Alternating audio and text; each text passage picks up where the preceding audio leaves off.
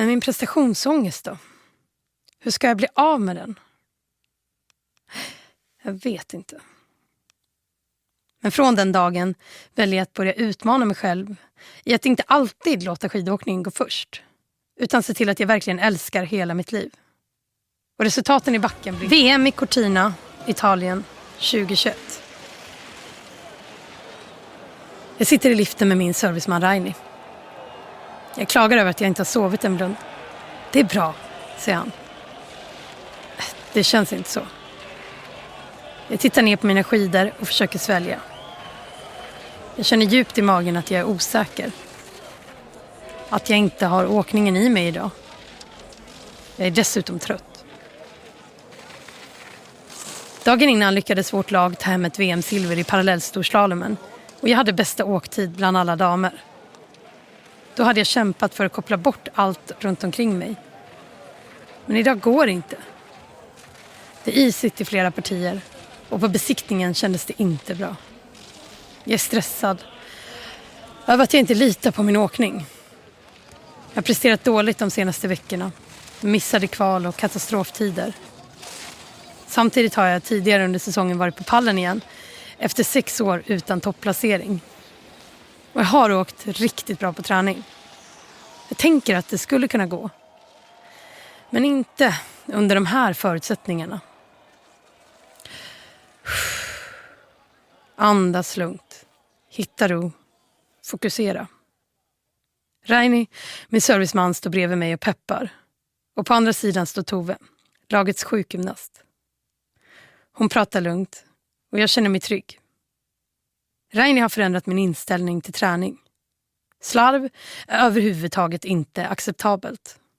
Kvalitet går före kvantitet alla dagar i veckan. Och hans förmåga att guida mig mentalt i tävlingssammanhang, ja, wow! I början kunde jag bli stött. Han kan vara hård med kritik ibland. Men snabbt byggdes ett ömsesidigt förtroende upp. Jag vet att han är ärlig mot mig och att han alltid, oavsett vad, kommer ge allt för vår skidåkning. Vi är ett oslagbart team. Det gör mig trygg. Det är underbart att få dela vinsterna. Men det är också jobbigt att göra honom besviken. När jag närmar mig startgrinden bultar hjärtat. Ångesten slår till. I andra åket får jag tidigt problem. Direkt efter ett krön missar jag en port och kör ur. Efter tävlingen ligger jag i en hög och svår sjukgymnast Tove. Sara, du kan inte ha det så här på tävling längre. Nu gör vi någonting åt det. Ja, jag vill inget hellre, men hur? Hur blir jag av med prestationsångesten? Svaret kom i år.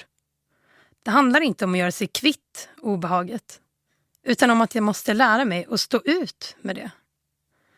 Min prestationsångest är inte bara av ondo. Den kan också bli till en sporre. Att våga vara kvar i en känsla av obehag faller sig inte naturligt för oss människor. Vi är programmerade att undvika obehagliga situationer och vår instinkt säger spring därifrån! Ja, eller fightas! Men istället för att springa eller slåss står jag nu still. Jag välkomnar känslorna och ser det som att de ger mig extra fokus och påminner mig om hur mycket det här betyder för mig. I år släppte det. OS i Peking, februari 2022. Jag somnar snabbt av de senaste veckornas utmattning. 90 minuter senare är jag klarvaken igen och redo för att det ska bli morgondag. Jag har sett fram emot att få vara här. Jag är i form och jag vet precis vad jag vill försöka göra. Jag har ofta svårt att sova inför viktiga händelser. Jag andas djupt och tänker att det är också vila och bara ligga och sträcka ut. Jag behöver inte somna om. Ingen stress. Men hjärtat bultar. Klockan visar 03.30. Jag tar upp telefonen och ringer Robin för att få tröst och lite uppmuntran. En av jetlagens fördelar, för honom i år är det ju kväll. Han övertygar mig om att det är bara några timmar kvar, sen är det över. Du kommer hålla ihop det här, älskling. Jag vet det, säger han. Jag lägger ifrån mig mobilen igen och blundar. När klockan ringer en stund senare är jag fortfarande vaken. Jag packar mina sista saker och går med bestämda steg mot frukosten. Plockar åt mig den mat som jag gjort till en rutin under OS. Tvingar i mig min havregrynsgröt med nötter, ett stekt ägg och ett kokt. Tugga för tugga. När jag är klar tar jag med mig en kopp kaffe till Raini och en kort stund senare är jag i skidrummet. Jag hämtar skidorna och vi åker upp mot backen. Otroligt nervös. Hela kroppen sprutar av adrenalin och magen är orolig. Jag mår ordentligt illa nu och det känns som jag inte ska få behålla min frukost. Raini skrattar vänligt mot mig. Då är du redo, säger han. Jag påminner mig själv om att det inte spelar någon roll att jag känner som jag gör. Men det är ändå vansinnigt jobbigt. Bara några timmar kvar nu, Sara. Du klarar det. Eka på repeat. Besiktningen och inåkningen går av bara farten. Så är det dags. Jag hinner precis värma upp och springa på toaletten en sista gång innan första åket. Att jag nu kissat 7 gånger innan klockan slagit 9 säger ju en del om mitt mentala tillstånd. 2 minuter kvar till min tur. Jag blickar ut och utsikten drabbar mig. Det är så fint. Jag tänker att jag har inte åkt till Kina för någon halvmesyr. Nu ska jag ge allt jag har.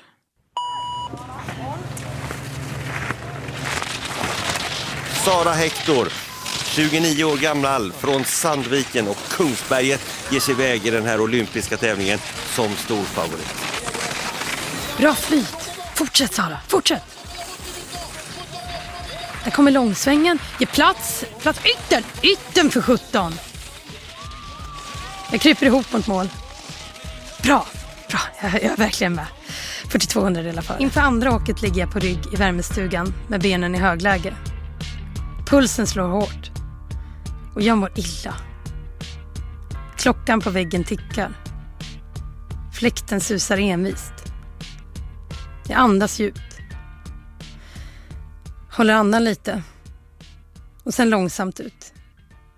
Jag känner hur jag slappnar av lite. Jag försöker tugga i mig en energy bar.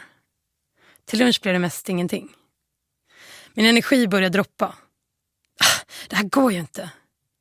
Trots att jag älskar choklad lyckas jag knappt svälja en tugga. Det växer i munnen. Åh herregud, vad är kissnödig igen. Nu är det alltså 5 minuters intervaller vi jobbar med, tänker jag på väg till toan. När jag kommer till tävlingsstart ser jag min sjukgymnast Tove stå med ett stort leende på läpparna. Hon är precis lika positiv och avslappnad som hon brukar. Det känns tryggt. Vi börjar med min nya uppvärmning. Och en rutin som distraherar på ett bra sätt.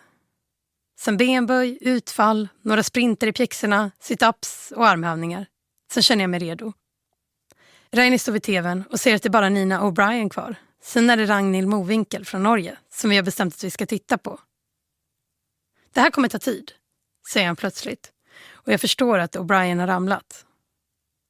Nervositeten bubblar upp inom mig. Tankarna på hur hon kommer få kämpa blottar min rädsla. Och huvudet det börjar bli trögt. Ingen mat och ingen sömn. Försöker att inte tänka på det där. Målet är klart. Adrenalinet pumpar runt i kroppen och efter vad som känns som en evighet är tävlingen igång igen. Snabbt är jag klar och står redo i mina skidor. Ja, kanske är det nu min livsviktigaste minut ligger framför mig. Hela kroppen vill. Raini tar av snön under bindningarna och snart ser jag hur tvåan, Federica Brignone, sticker iväg. 1 minut senare har jag vrål och jubel från tvn vid start av hennes serviceman och tränare. Jag förstår att hon tar ledningen. Andas. Så kom en tanke som jag aldrig tänkt tidigare. Hur den går så är jag stolt över att jag står här och kämpar om ett OS-guld. Nu ska jag ge allt. Nu ger sig Sandviken-åkaren iväg i den här storslalomtävlingen. Kryper ihop i fartställning omgående och närmar sig den första mellantiden. Får problem, hur blir det där? Fan, tänker jag. Jag ramlar nästan direkt. Kör på nu! Ut på flacken ser jag köpparna bara kommer. De kommer så fort, men jag försöker hänga med. Jag måste jaga, tänker jag. In mot sista långsvängen igen. Ut och stark. Öka! Det är en rysare för Sara Hector om det ska bli guld eller silver. In mot målet sträcker jag mig så långt jag bara kan. Det är guld! Det är nytt guld för Sverige i den olympiska tävlingen. Sara Hector vinner! Och leendet, det bara sitter där uppe.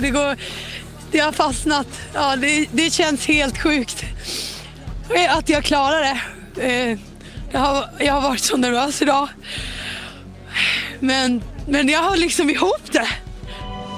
Och det blixtrar och glimmar ur ögonen på henne när hon med sin högra handskbeklädda hand håller upp guldmedaljen.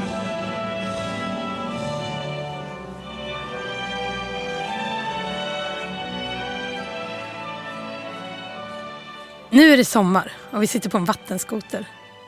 Vi åker försiktigt framåt och vet inte hur det här ska gå. Men det pirrar i magen hos oss båda. Mamma lever på övertid utifrån sjukdomens statistik. Hennes ALS är en mindre aggressiv variant. Hon har svårt att gå och kämpa med talet. Men vi åker vattenskoter. Vattnet rör sig lugnt och jag hör hur mamma får fram ordet fortare. Jag gasar. Mamma och jag skrattar i kapp. Ditt liv är ditt. Och du kan nå precis vart du vill. Omge dig av personer som kan lära dig mycket och som tror på dig. Nya äventyr väntar.